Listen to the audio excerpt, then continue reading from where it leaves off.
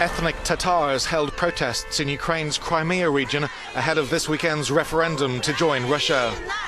Tatars, Sunni Muslims of Turkic origin, make up 12% of Crimea's population. They're apprehensive about the prospect of Crimea leaving Ukraine and plan to boycott Sunday's vote. Our people will not take part in the poll. We consider it our obligation to boycott the so-called referendum. We support the integrity of our country. We've always been Ukrainians, and so we will stay. We want to live in Ukraine. This referendum is illegal. It's a fraud, and they're holding the vote against our will, under the pressure of machine guns. This billboard says, "Together with Russia." The leader of Crimea's Russian community explained why he's voting to join Crimea to Russia.